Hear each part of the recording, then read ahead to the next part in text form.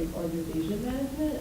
So you mentioned like you have data on different servers, and that you may need to change like the data structure that's for them and the schemas of the actual database.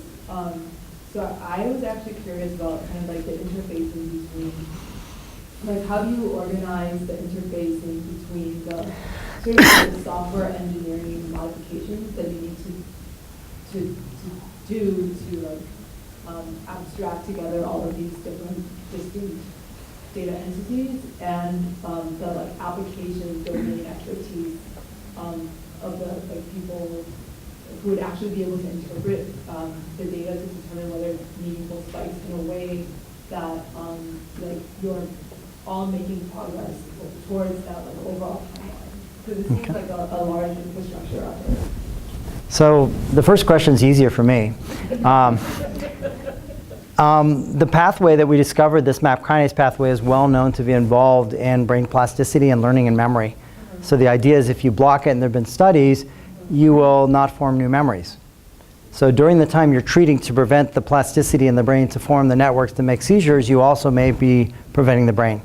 So generally though, when you remove the drug, the process can normalize.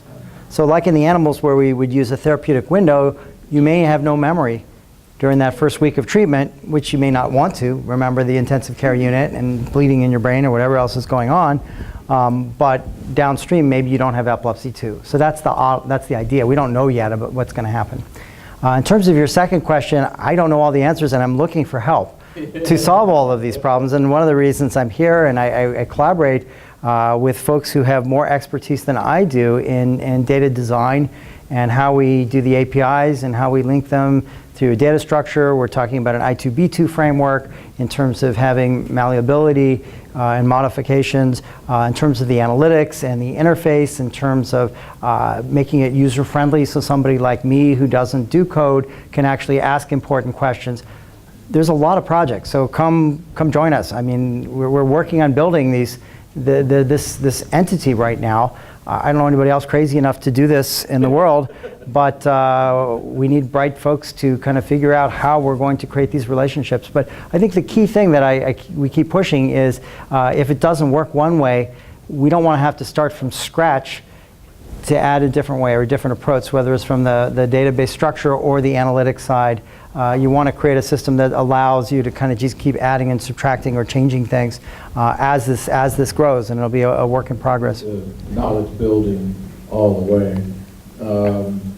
Did I answer that okay? You asked that too, because a group of students asked me last night to give them suggestions for senior projects, so I'm glad there are a lot of students here.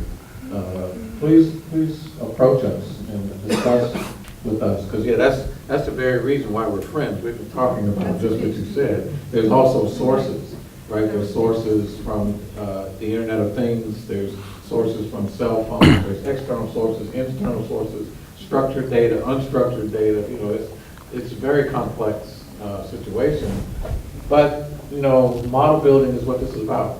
You know, the whole world of big data is actually offering new opportunities to develop some new models, and so you might be the very ones to do such a thing.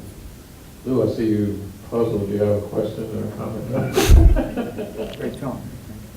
Okay, any other questions? We sort of planned it for 6:30, so it's past that, and there's still more food left, more goodies left. Please welcome me in thanking Dr. Loeb. This was a fabulous session.